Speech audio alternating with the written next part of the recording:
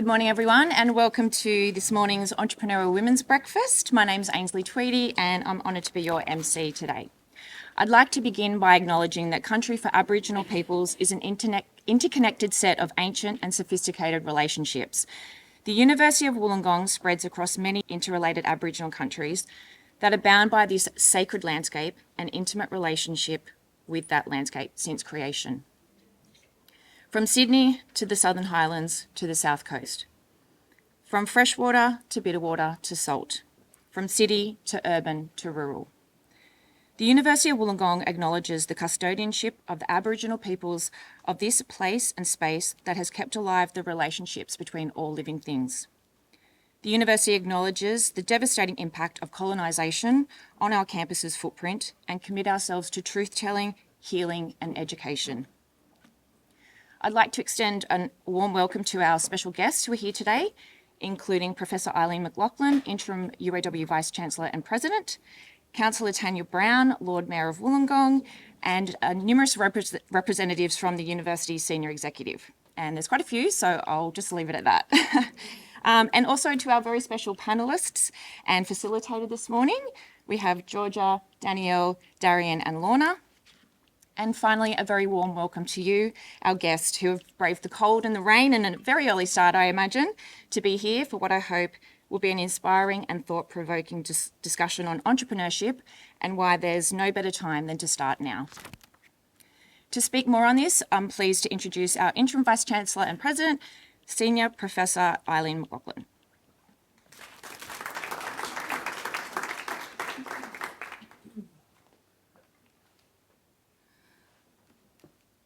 Good morning, everybody. Thank you very much for coming out on what has been a very wet week, and glad you all made it here safely. It's my great privilege to open this breakfast and to take part in these conversations. I think the conversations are a hugely important part of where the university has a place in the conversation that we actually have with the community. I'd like to begin by paying my respects to Aboriginal elders past and present and acknowledge their continual spiritual and cultural connection to the land on which the University of Wollongong campuses are located. Thank you to iAccelerate, to Ainsley and to Georgia. Thank you very much for the alumni team as well, who are hosting us today, and you, our special guests. I'm really pleased when we see so many familiar faces coming back, the alumni, the staff who work very hard in this area, and the people from the broader community who take part. At the university, we are deeply committed to nurturing innovation and entrepreneurship, and nowhere is that more evident than through the work of iAccelerate. This programme is a powerful expression of what our university stands for, which is empowering people to turn ideas into impact, business into communities, and ambition into action. And the whole basis of the Australian economy around small and medium enterprise is exemplified by the work that goes on here. Since it started, iAccelerate has supported over 500 innovators with their startup ideas, has injected over $500 million into the economy and created over 1,000 new jobs. This is a credit to the iAccelerate team led by the director, Tam Stutchbury, and under her leadership, iAccelerate has gone from strength to strength, creating a thriving environment where innovation, inclusivity, and collaboration flourish. So today's event is a celebration of entrepreneurial women, those who are challenging convention, building ventures, and shaping the future at all stages of their careers.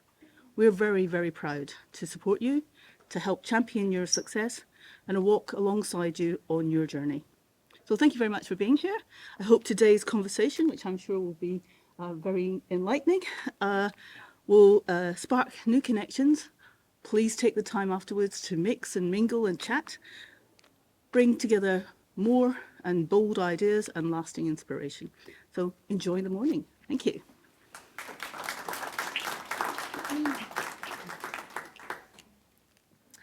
Thank you, Vice-Chancellor.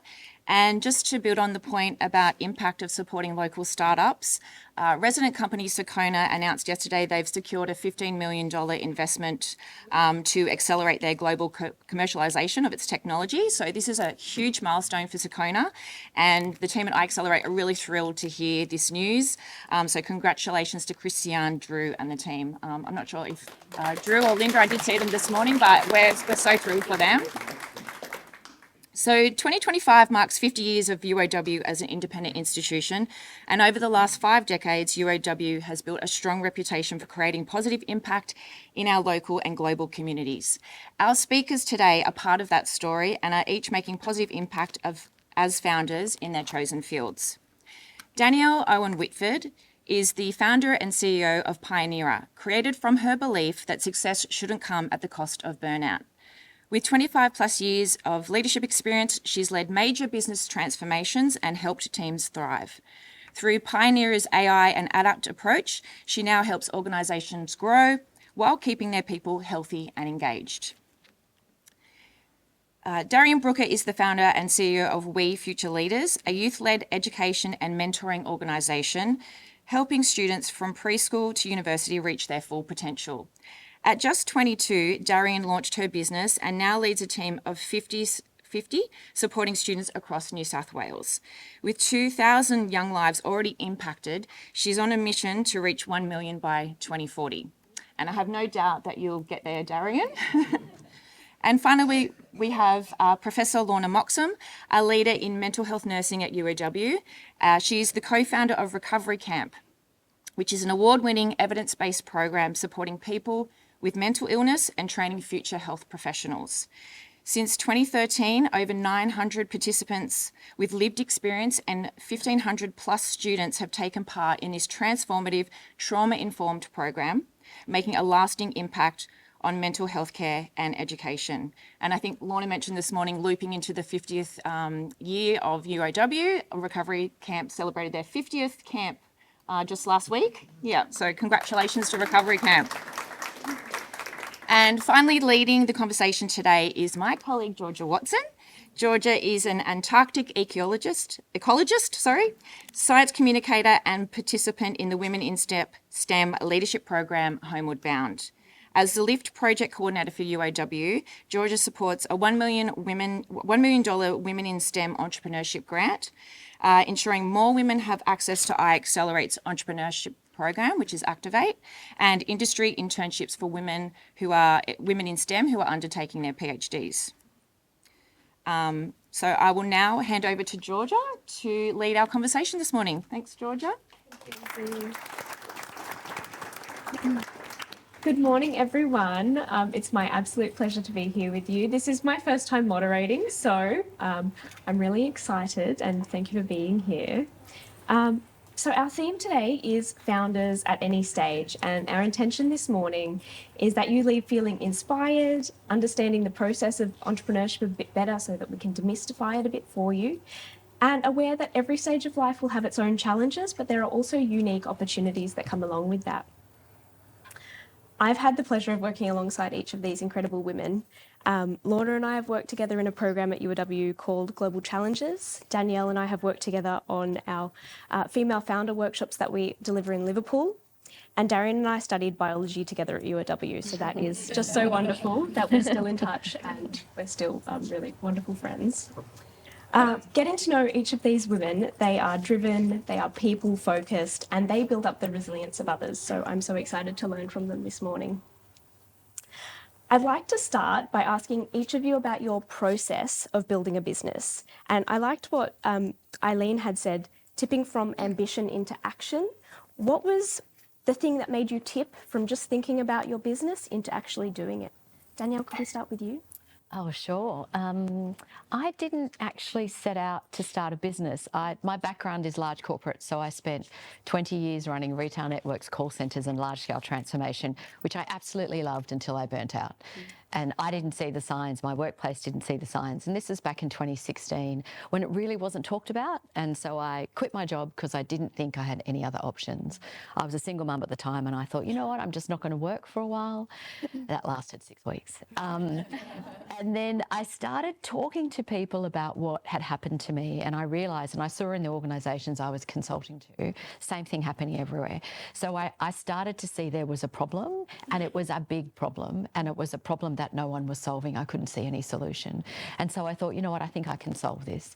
So the start of the business was, here's a problem. I have a set of skills that I think I could contribute to this. But it actually wasn't, that sounds really logical. It wasn't a logical decision. It was just kind of an emotional, I have to fix this problem. And then I knew I was good at business. So the business sort of evolved out of that. But then I found a program. I found an accelerator program that talked to exactly what I thought I needed. I was not a 20-something-year-old. You know, I was a woman with kids. I'd had a 20-year career. I wasn't a technology person and I wanted to build technology. So I found a program that helped me do all of that. And that was it. I was off and running. Wonderful, thank you. Darian, how about you? What made you start the business? What was the catalyst? Well, after growing up in foster care, so I went to 26 different schools and had an enormous amount of instability. And out of pure frustration and just desire to make a difference to other young people, not just who are going through challenging circumstances like me, but for all young people. I always knew that I wanted to have an impact on young people, but I just didn't know exactly what that would look like. And so I went to university and I studied science, as Georgia mentioned before. And, you know, I ended up working full time. And after a year of full-time work, I was like, I don't like this, actually. And so out of just pure, this isn't for me, I quit with no plan. I had no money. I was actually in debt. And after growing up in foster care, I had no family, no safety net at all. So that was a very impulsive, risky thing to do as a young, 20-something-ish year old. But I just did it. And I think I had nothing to lose. And so when I made that decision to quit and leave my job, I just thought, okay, I'm going to go back to tutoring. I did some tutoring while I was a university student and just for some extra cash. And I was like, I'm just going to go back to do that for the short term while I figure it out. And then while I was teaching, I was like, wait, this is actually it. Because I realized that it was not just an academic relationship. Like, I could actually create a really meaningful connection and be a role model and a mentor. And it was actually me caring about this young person as a whole individual that was making the difference. And, the feedback that I kept getting was that, tutoring companies are just pushing me academically. They only care about my grades. They don't care how I'm feeling. And I thought, that is my point of difference. That's it. And so, yeah, I thought, I wonder what would happen if I hired someone. So I did that. Probably another quite impulsive thing to do as a young 20-something-year-old. And then within a few weeks, they were booked out and I was booked out. And I was like, oh my goodness, what am I doing? And I realized that the idea, to go from idea to actual reality, I had to just learn as I went and just go for it. And it didn't have to be perfect, but by having my mission impact at heart, I knew that I'd be on the right track. And here we are with 50 staff. Yeah. I'm leaving now. No, Lana, we need you to tell I'm us so ready. your story. Go. Thank you. Thank you. That's just what an inspiration. Like, got you. Thank you. A bit of a different story. So, by background, I am a psychiatric nurse. I started nursing in 1980. About 14 years ago, I found myself very fortunate to be employed by the University of Wollongong. And those of you that know nursing, I sit in the School of Nursing at the University of Wollongong. Not only do they have to do their theoretical instruction, they also, on top of that, have to do 800 hours of clinical placement as part of their study. And clinical placements are really, really hard to come by. When nursing moved to the university sector, given I'm not in my early 20s, I trained in a hospital. Part of that training is clinical placements in different areas. So my specialty is psychiatric nursing. Even harder to get placements in those areas because there aren't many. So I remember standing in my office overlooking the duck pond, because the University of Wollongong is not only a fabulous university, but the environment's very healing, thinking we need clinical placements. So I came up with what at the time was a pretty crazy idea. Usually what nursing students do, they go out to a hospital or a community centre and they do 2 weeks. So I went to my then head of school and said, look, we've got this problem. We need clinical placements. How about I take them on a clinical placement, but I take them away on Monday morning in a bus and we go to a camp that we hire, usually YMCA camps, and we come back Friday. And I'm going to also take people with serious mental illness away with them. People with serious mental illness, bipolar disorder, paranoid schizophrenia.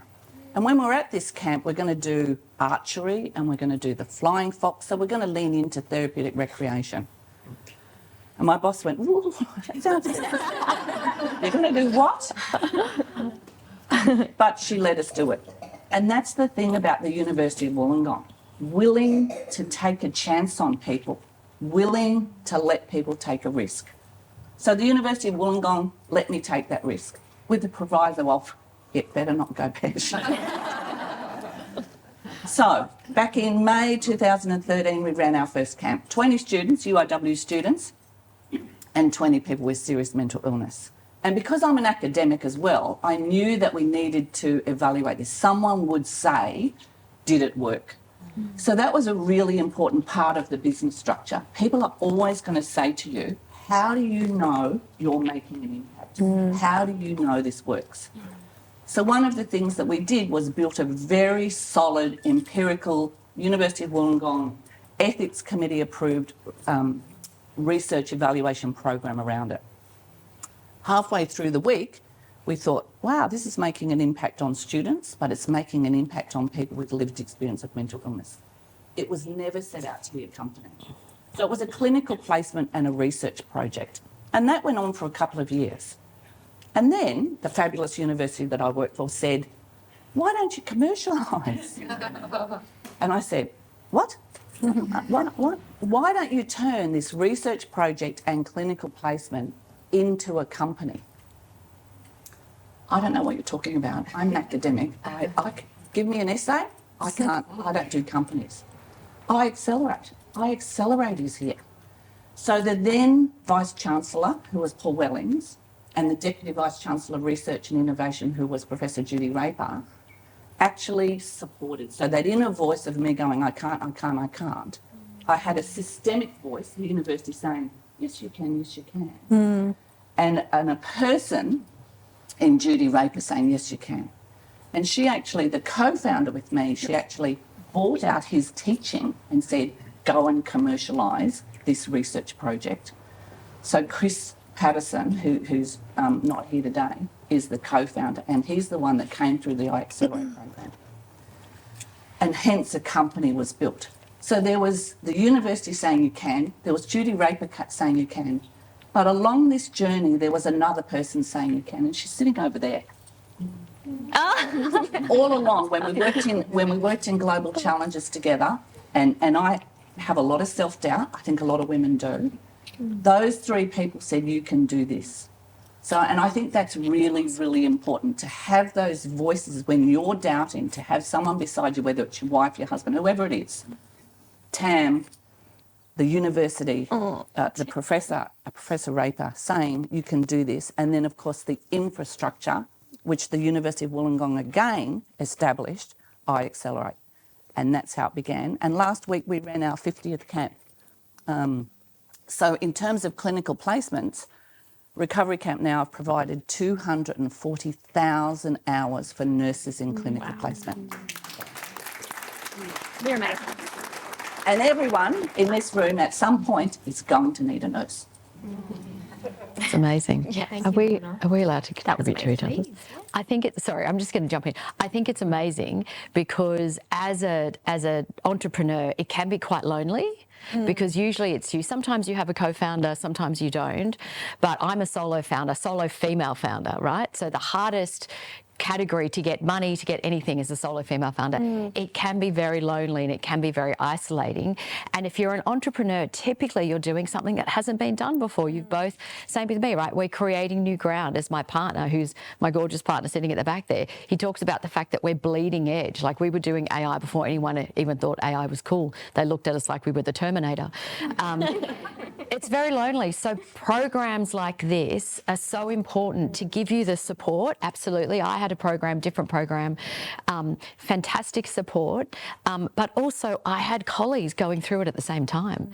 So when I was really struggling with raising money or finding customers or building an MVP, a minimum viable product, I had women sitting next to me going, actually, this is what I did, and let's do this together, and that made such a difference, I think, in my ability to get my business to the next stage, because not only did I have people that did the same as you, which is, no, you can do this, and one of them is still a very good friend of mine, you can do this, but I had a cohort of women that were going through the same thing, and together we helped each other. We all had strengths in different areas and we brought each other through. So I think something like this is critical to help you take the next step.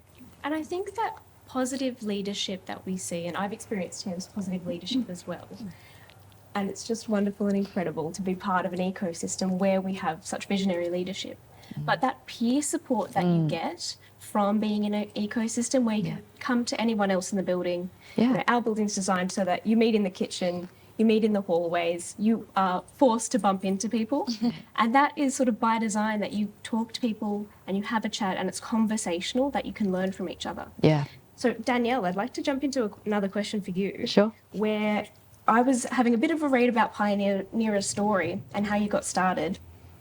And a quote that I came across from you was that you had met somebody at a conference and they had come from an accelerator, but you said when she was speaking, her vision for supporting non-technical female founders to build technical solutions felt like it was pitched just for you. And so I'd like for people in the room who might have a technical solution but not feel like they are the tech person, if you could speak a little bit more about that. Sure, absolutely. So it was 2017 and I was sitting at a conference, not dissimilar to this actually. It was Vogue Codes. So Vogue, the magazine, had a technology conference which they called Vogue Codes Live. It was the first time they'd run it. My very good friend of mine who I grew up with is this gorgeous blonde fashionista, and she follows Vogue, and she's like, come to this conference. And I'm like, oh God. It was like 8 o'clock on a Saturday morning. Yeah, as I said, I was a single mum. They were at their dad's. I'm like, it's the one time I can sleep in. Do I have to get up and go? So she dragged me off to this conference, and we were sitting there, and the woman who I mentioned, her name is Nicola Hazel. She ran she was the founding director actually of an accelerated program called She Starts that was run out of Sydney. She was sitting on a stage like this.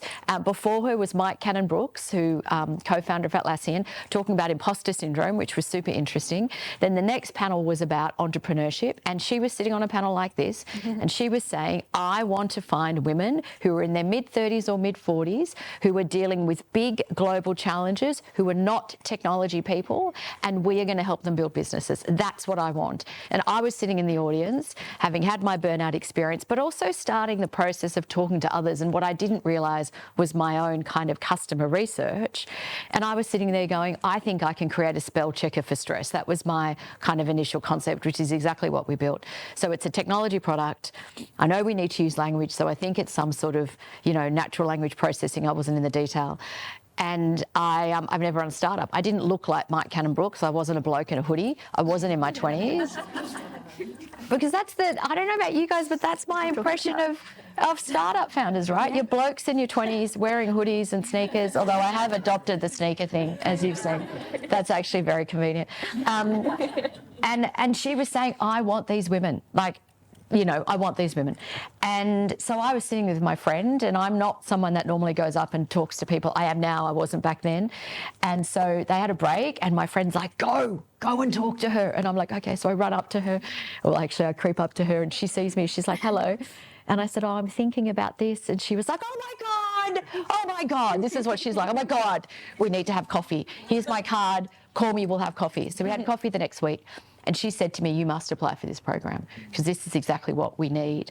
And the way that She Starts was set up was because we weren't technical founders, they had a group of technologists that help us build our minimum viable product. So their objective was to help us flush out what are the risks associated with your business, what are the opportunities associated with your business, and how are you going to build that first MVP, how are you going to find a customer to pilot that, and how are you going to get some funding to get your MVP to the next stage. That's really what they taught us. And then we had a technology team to do the actual technology.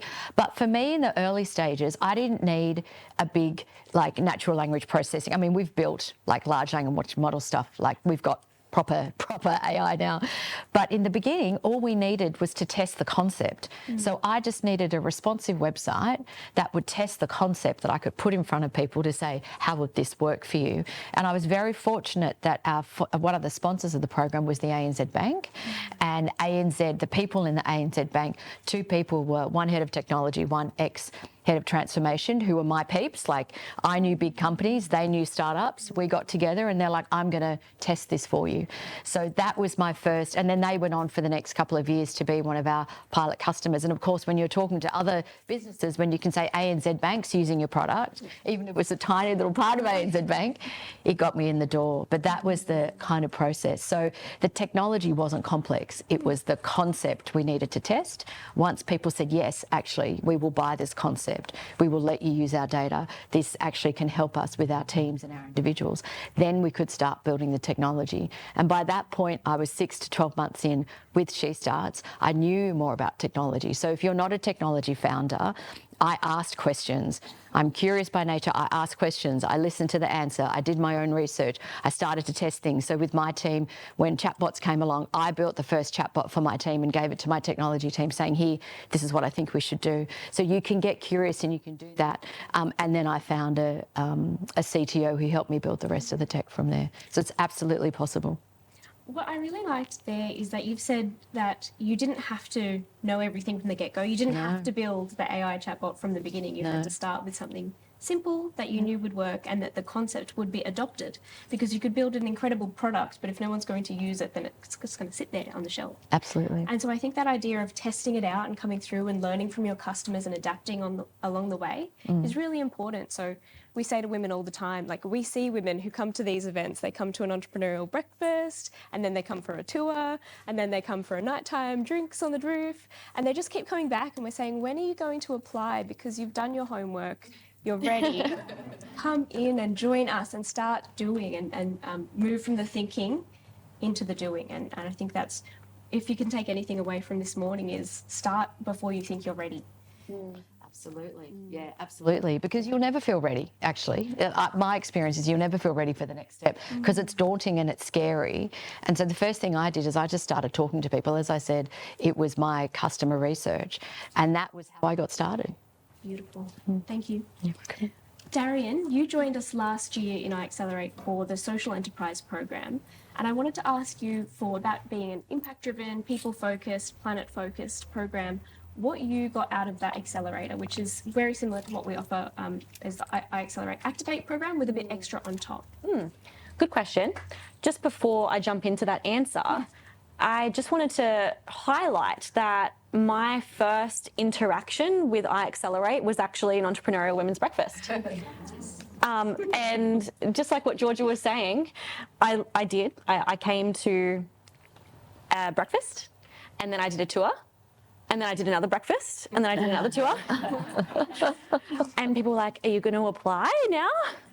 And I was like, I already have an organisation, and, I don't really know what I want to do with this. Like, I've got this established organisation, but I don't know which direction I want to take. I don't have necessarily an idea. And so I was encouraged to figure that out, just figure out an idea, and was encouraged to do that regardless of if that idea was going to change or if it was going to stick. And so I applied, and then I received a scholarship, which I'm so incredibly thankful for, to the iAccelerate team. And I joined the Social Enterprise Program with the core of my being that I wanted to make an impact. And I already knew that I was making an impact at my local level, and I knew that I was doing a good job, but I was really struggling with the scale side of things. And, you know, being a service-based business, I was really struggling with, okay, how do I go from, you know, impacting 1,000 kids a year, 2,000 kids a year to 1 million a year, right? And I realised that I couldn't just keep opening new tutoring centres, because the logistics of that was going to be enormous, expensive and slow. And so what iAccelerate taught me, among many things, was that, you know, I don't have to keep replicating what I already have in order to grow. I can actually innovate, and I can think of new solutions and new, I guess, ideas to the problem that I'm already solving. But also on that note, one of the most valuable things that I learnt was the notion of assumptions, actually. And even though I already had an established business, I was really shocked to discover how many assumptions were actually underpinning my business. I was assuming what the problem was, even though I had lived experience. I was assuming what many of the problems were. I was assuming what the solutions were. And I had gotten very lucky in many senses, in the sense that, you know, what we were doing was making a positive impact and was contributing. But I had still started on assumption, and I was still continuing based on assumption. And so, yeah, learning how to identify what the assumptions that I had were about problems and about solutions, and learning how to go, how can I actually get evidence for this? And how can I back up what I'm saying? Just like what you were saying before about your program, like someone's going to look at this and go, well, how does this work? How do you know this works? And so, yeah, iAccelerate really taught me how to do that well. And now that I feel like I've seen the process from start to finish, of how to evaluate an idea and how to test and take it from the ground up, I now feel like I could have any idea and take it from ground up. I think that's my alarm. That's your alarm. Thank you. Thank you. I don't know why You're late for something. Yeah, It's time. it's time. I'd like to challenge you on something, Thank and you. I think I can because we are friends. Yes. On your use of the term lucky. And so I know you work incredibly hard. Thank and you. you actively are seeking opportunities. And I think that is something, and we're not going to say sorry either, because women work incredibly hard, and we use our networks and we use our relationships, and that is something I think that is a real strength in community and connection that we have. And so there can be moments of serendipity that you go, God, that was lucky. But I think in business, there's a lot more to it than that. Absolutely. So, Lorna, you've already touched on this a little bit. Starting your career as a nurse, becoming a professor of mental health nursing, and working in the university sector. For people who are in the room who come from a research background, or have been thinking about commercialising, or have some intellectual property that's on that more spin-out side of things, I wonder if you could talk about, you've mentioned what impact mentoring and leadership had, but I'm wondering if you could speak a bit more about finding the right team to help you build your solution and scale. Absolutely. We made mistakes along the way. We tried to run before we could even crawl. So building the team was challenging. And again, filled with self-doubt. So I'm an immigrant, immigrated to Australia in the 60s, lived in a Nissan hut over where they're building something for the NRL at the moment. So those Nissan huts that were there. Went to Mount Ousley Primary and then Corrimal High. Socioeconomically deprived background and housing condition girl. And then absolutely failed her HSC. At the time it was out of 500 and I got 245. And then I went nursing, failed that because the pass mark at the time was 75 and I got 74. So I was relegated down to being, so lots of... Oh, gosh. So in our company, I think everything that we bring to that, those decisions come from that lens. So uplifting the team. So at the moment we're employing 4 local women, which is fabulous in the Illawarra. For Chris and I, this is going to sound a bit funny, I guess, skills aren't the most important factor. You can buy in clever people. We have iAccelerate that's filled with clever people. The Illawarra is filled with clever people. I wouldn't count myself as clever. but I'm tenacious. We have a university, a world-class university here that is filled with clever people.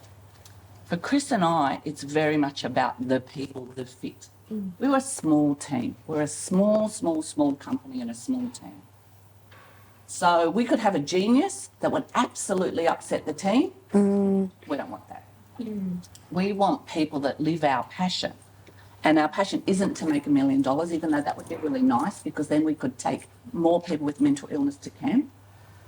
But our passion is making the impact, absolutely making the impact on the lives of people with mental illness, because they are marginalised and they're stigmatised. The most marginalised and stigmatised people. So Chris and I, when we're thinking about the team, is do they fit the vision? Do they fit the passion? Do they fit the impact? And if we need to change that, we will.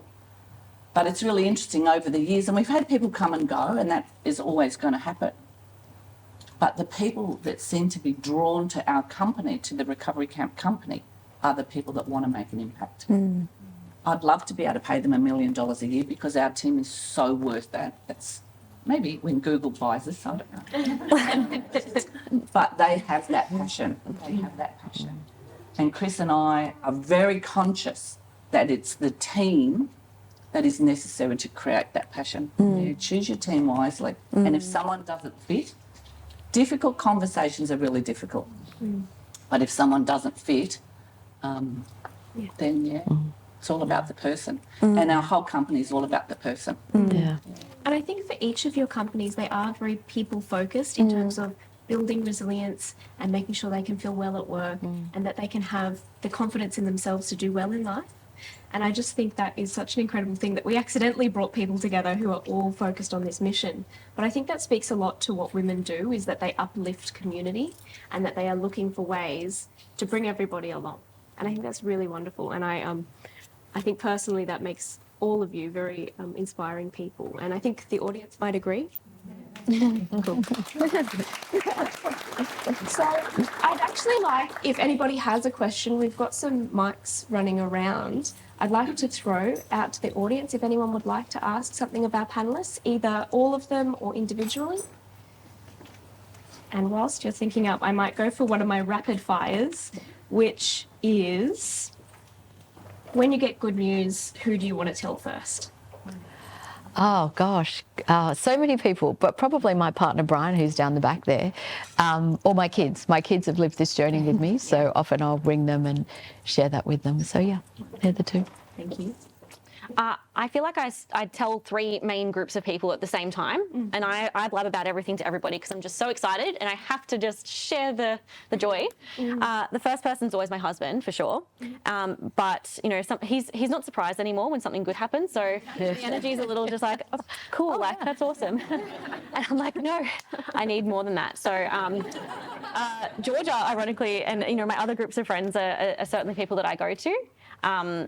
They're, especially the women, are the ones who bring the energy, like, wow, you go girl. And I really, that's the best. And then my team. Yeah, and because they're part of the success, you know, I wouldn't be able to do it without them. And so I involve them in all of the good news. And so they can enjoy the joy too. They can feel the impact of their work. Yeah. Yeah, it depends. It depends on what the news is. You know, it's more of a personal nature. I'd tell my husband and my daughters. Obviously, business it's Chris Patterson and I who are solid, and then the team, and then we celebrate. We absolutely celebrate every achievement that you do, which is really good and bad.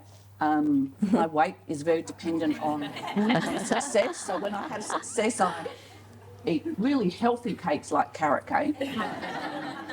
So, yeah, it depends on the news, but celebrate those successes, even the small successes, or the successes that seem small, celebrate and certainly celebrate with your team. That's something we, I think, brought from Global Challenges. We had a board of micro wins, and it could be anything personal, professional, for the team, for individual. And I bring that with my friend groups, and I bring that to I Accelerate as well. We have a whiteboard, everything goes up there. We all celebrate together, which I think is really important. We do something. The area that I work in mental health, sometimes for people with mental illness, serious and enduring mental illness, it's hard for them to get out of bed. It's hard for them to get dressed in the morning. And if they can get out of bed that day, that's a reason to celebrate. It doesn't have to be $1 million coming in down the pipeline. We all wake up every day trying to be the best we are on that day. So absolutely, every small thing. We would do with our team, because we're largely a remote team, a technology team. We do a Monday morning check-in, like what have we got this week? But then I moved our Friday end of week check-in to good news check-in. So we had our Friday end of week good news check-in because I wanted everyone to end the week on a high.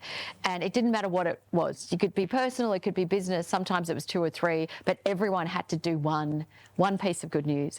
And I just saw and we used our technology to track it, of course. And you could see the impact on wellbeing and productivity of those particular routines. So I never move them because I agree with you. I think it's all about fit and it's all about purpose. So when I'm interviewing people to join my team, the first question is, why are you here? Tell me why you're here. And if they are not here because of the purpose, if they're here because I just want a technology job or I want to do this, I'm like, fantastic, but we're not the right place for you. So it's really about the fit, because you can build capabilities. So yeah, that end of week good news check-in has worked in really well. Beautiful. I love this. Do we have questions from the audience? Yeah. Hi, I just want to say thank you to all the panellists. It's been very inspiring. I suppose I wanted to know that since you're dealing with people, say like with the camps or with the tutoring or the service that you're providing, what's the follow-up? You know, do you have a system of follow-up in terms of, say, people who've gone on the camp, you know, or the tutoring, like to see where they are later on? Okay. Yeah, thank you. So nursing, it's a little bit more difficult for us to follow up because they become registered nurses and usually with their degrees from the University of Wollongong and travel the world. But we do try and follow those up. So as we said at the start, last week we ran our 50th camp, which is just wonderful that it's in UIW's 50th year.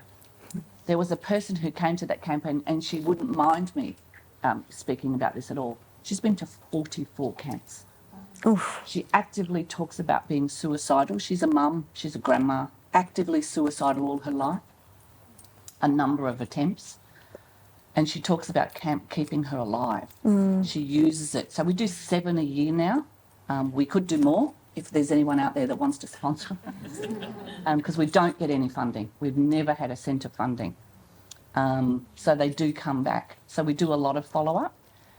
Chris and I, as I've said, we injected the evaluation. So we've had, again, graduating from the University of Wollongong, we've had 5 PhD students graduate with follow-up studies from camp. 7 students graduate with a Bachelor of Nursing Honours from the University of Wollongong, first class, with studies. So that follow-up is really, really important. So we know we're making an impact in the Illawarra for people with mental illness. But we're now in Queensland and we're now also running camp in Victoria. But that's a great question, the follow-up. And that's important for us to know that this is making a real impact in the real world. I think with the tutoring side of things, we will always measure progress as we're going. So some students will come to us, you know, for a short time, like whether it's a term, it could be a few weeks. Sometimes it's longer than that, a year or 2 if they really need to catch up. And we're constantly measuring and evaluating and reassessing and altering our approach based on their needs. But once they've achieved their goals and they're ready to move on, we will check in, but less in a formal sense, more so like, you know, every 6 months or so, we'll actually go through our list of all of our past students and check in, how's everything going? And the amount of stories that we hear of, you know, parents and young people saying that they're still thinking about their tutor, they're still asking about, oh, can we go and visit? You know, it's clear that the impact has been lasting, and it's not always just an academic impact. You know, most of the time it's the most meaningful one is the connection that they formed. And so it's really lovely to receive those stories back. And what's really lovely is that when we have students who graduate year 12, sometimes they love their experience so much that they want to actually give back and they apply to work with us. So we've had this ongoing cycle as well. And it's just really, really lovely. But yeah, thank you for your question.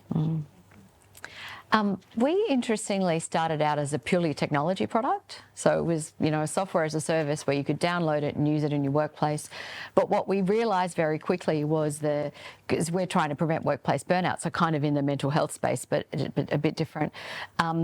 We realised very quickly that the factors that were causing burnout at work were pretty complex, no surprise there, and a technology product was only going to help a certain amount of people that knew how to deal with that. So quite quickly the services evolved to other sort of programs and consulting and coaching that was helping individuals and managers be able to not just use the technology but address some of the bigger issues in their organisation. So what we would see is the start of buying a technology product or exploring a technology product that ended up with more and more services. So we were able to track people's progress through the services that we were providing, through the coaching, through the consulting, through the strategy development. Like there was lots of stuff that we started doing and continue to do actually to support businesses. But one of the key things we saw was then repeat purchase. Well, people were buying more and more because they thought, this is actually making a difference. And then the product could actually measure what was happening in their workplace. It was measuring the uplift in wellbeing. It was measuring the uplift in productivity, or sometimes the downtrend. It wasn't always upwards. Sometimes it was downwards. So that's how we saw repeat business. But impact and follow-up. But the best sort of personal impact that I had, because similar to you, I wanted to make a difference in workplaces, was when I was working with one of my very, very early clients and doing pilots, and we worked very closely with our early clients. I had one of them ring me one afternoon and she was laughing and I'm like, are you okay? What's going on? I thought she'd gone crazy. I'm like, what's going on? She's like, oh my God, I just realised that I was really, really close to burnout. And then the app is called Coach Indy after my daughter. And Indy sent me a message and I realised that it's Indy's messages that had stopped me from burning out. So she was looking at the messages, because the way it works, it's we assess language to understand your mental state and your wellbeing, stress and productivity. And then we send you like digital coaching basically. And so it sent the message and she realised that had prevented the burnout. And I was absolutely delighted because I didn't know how to measure that. And so those conversations helped me go, oh, wow, this is having an impact. And of course, then she was going around telling others. But that personal one-on-one safe message that felt like it was talking directly to her is what helped her take a slightly different approach and not burn out. So that was a great phone call. Do you have any more questions? Yeah, Rebecca up the front here. Firstly, thank you all for sharing your really powerful stories. I just wanted to ask, what's been your experience in whether you've bootstrapped or taken on investment or looked at government grants? What has that been for you in terms of your journey for your business, and why? I started when I was personally in debt and personally had no income, no savings. So it was a very vulnerable position financially for me to be in, and absolutely one of the most enormous challenges that I've ever faced. And so, that made things so much harder because the pressure was really on. But somehow I was able to build a business to a point where I was able to earn some sort of an income and I was able to sustain the business, but I definitely felt stuck at one point. And so I sought investment. So I actually got a private investment. It wasn't open. It was with someone that I knew. And so they ended up purchasing 30% of my business, and that was that injection of cash made an enormous difference. It enabled us to elevate in so many ways, and it really took the pressure off. I'm currently at the stage where I'm looking at government funding, but that's not something I've been able to access yet. So that's my next journey. Yeah. What a great question, and it goes to show I have no clue what bootstrap means. Okay. But I accelerate and I will no doubt find out. So again, it really shows you the language. When Chris and I started this, it was like write a BAS statement. We're like, what? Yeah. Write a what? What's your value proposition? What's that what? So I Accelerate have a lot of ongoing seminars to teach people like me what bootstrapping means. Because when you said that, I thought, I hope I don't have to answer you. So it's not taking on any investment, so building the business from the ground up. Yeah, self-funded. Self-funded. Typically bootstrapping is, yeah. Yep, that's that. So bootstrapping is us, I guess. The way Recovery Camp is funded, students have to pay for placement, whether they go to a surgical ward, intensive care unit, whatever it is. Universities actually have to pay to send nursing students on their clinical placements. Wow. Which is really very interesting because they don't have to pay for physios and things, but anyway.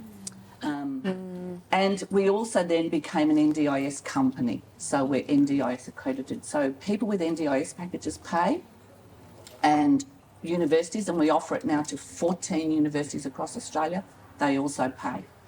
So there is no other funding. We have no other funding. Chris and I, both work at the University of Wollongong, don't take a salary from Recovery Camp, do it on top, and absolutely with passion, but always trying to reach out and say, if there are sponsors that feel they could pay for a person with mental illness to come. Give you an example, the bus that leaves Wollongong train station to take us up to our campsite and back is $1,700.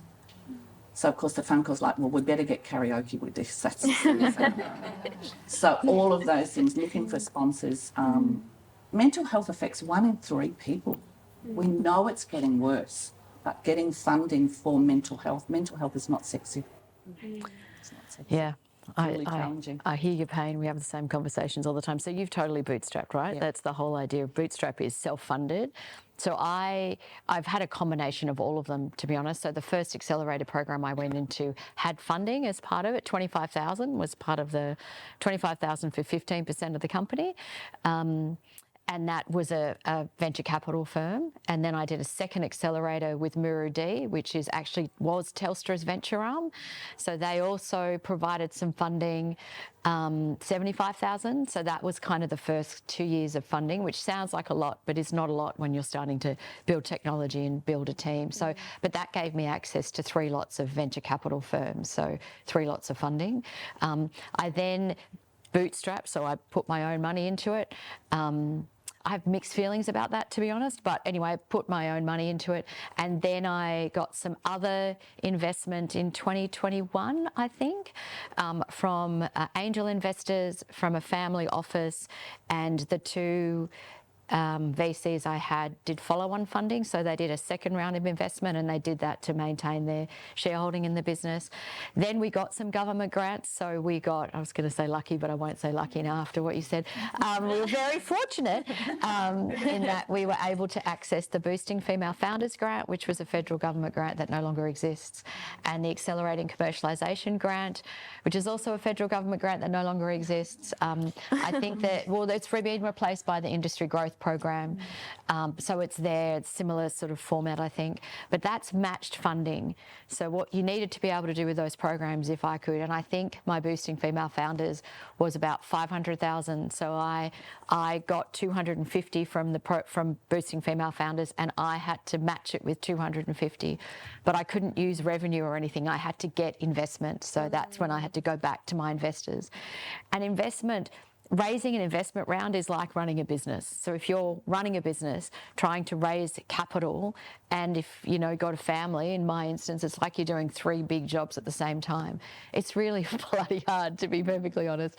So the grant funding, I think, is if you can access it, it's pretty good if you can access it, but just be careful what you sign up for, because what we found with Accelerating Commercialisation, again, match funding. So you have to run an investment process while you're running. It took us 1.5 years to get the AC grant.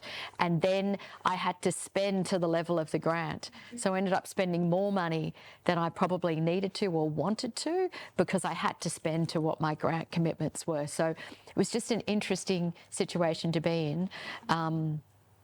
But we've sort of managed to access all of them. My personal view on investment, and this is just my personal view, is I would bootstrap, as in revenue, self-funded as long as you can. It does impact your ability to grow. So if you get to the point where you've got enough revenue and you can really see some scale, then it's a good time to consider an investor. But as soon as you bring investment, you're bringing other people into the business, you're bringing other decisions into the business, you're bringing other pressure, which isn't bad. Like, I'm not saying it like it's a bad thing, but I would really consider it, because in the startup world, in the entrepreneur world, the process is you start, you get your idea, you build an MVP, you get a customer, you get funding. You don't have to get funding to grow. There's many ways to grow. There's many ways to access capital. Getting funding from venture capitalists is not the only, and actually is only suitable to a small amount of businesses. So you don't have to look to funding as the only way of growing. Thank you, everybody. We're going to end in just a moment, but I'd like to take a moment to thank each of these panellists who have shared their stories so generously with us and shared stories of positive impact, of supportive ecosystems, of doing it and doing hard things. It's a challenging path that you've chosen, but I think very worthwhile and meaningful as well for the people that you're uplifting and supporting. So please take a moment to thank each of our panellists here this morning.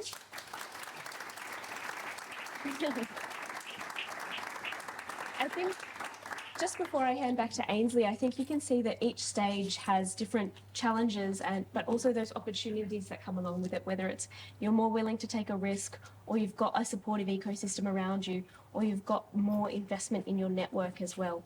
I think that's a really important thing to think about, what you've got and where you can start where you are. Can I say one more thing? Sorry, before we hand it out. If whoever is considering in this audience about the program, every single one of you should go and apply when you get home, because applying doesn't mean you're actually committing to starting or running a business. Applying just means that you're taking the next step. And it's actually a really valuable process to help you flesh out your thinking. So even if you just do it to flesh out your thinking, but you guys should get a plethora of applications, because I would not have applied for that program had Nicola not said to me, you need to apply for this program. Yeah. So all of you who are considering, you should absolutely just go home and do an application, because you will not lose by doing that. And you are not committing yourself to anything other than, I'm going to get an application down and I'm going to start thinking about this. That's all you're committing to. And if you break it down into bite-sized steps, because if you sit and listen to us, you go, oh my God, that's so big, that's so hard. If you break it down into bite-sized steps, it's actually not, and it's more than doable. So go home and do the application. That's all you need to do. Sorry, I just wanted to say that. Do it. Just do it. Yeah. And Do I'm it. always up for carrot cake. Yeah. More 100%. celebrations. Yeah. Thank you again to our beautiful speakers. There's been so much wonderful stories shared and very thought-provoking for all of us to go away and take on for the rest of our day and beyond. Aside from if you're considering starting your own business, I would also invite you to speak to one of the iAccelerate team. There's a few of us dotted around the room and we'll be downstairs. We are also launching a business innovation program. So if you are within a existing business and are looking to learn how to innovate in that business, we have a program for you, as well as our Activate program, which is designed as a pre-accelerator for budding entrepreneurs. So I would invite you to come and speak to our team. John is hosting a tour. So I invite you to go back downstairs, take some more refreshments if you have to go to work. Thank you for joining us, but John will be downstairs and we'll be taking anyone who wants to wait just near the desk. He'll take you on a tour of iAccelerate through the building, so and share a little bit more about Activate, which is starting in August. So thank you so much for coming. I spoke to a few of you in the foyer this morning and had a few people say this was their first event, so I hope you've enjoyed yourself. And for people who have been here before, we are delighted to see you all again as well, and we hope you have had a great experience. So thanks so much for joining us today, and have a great day.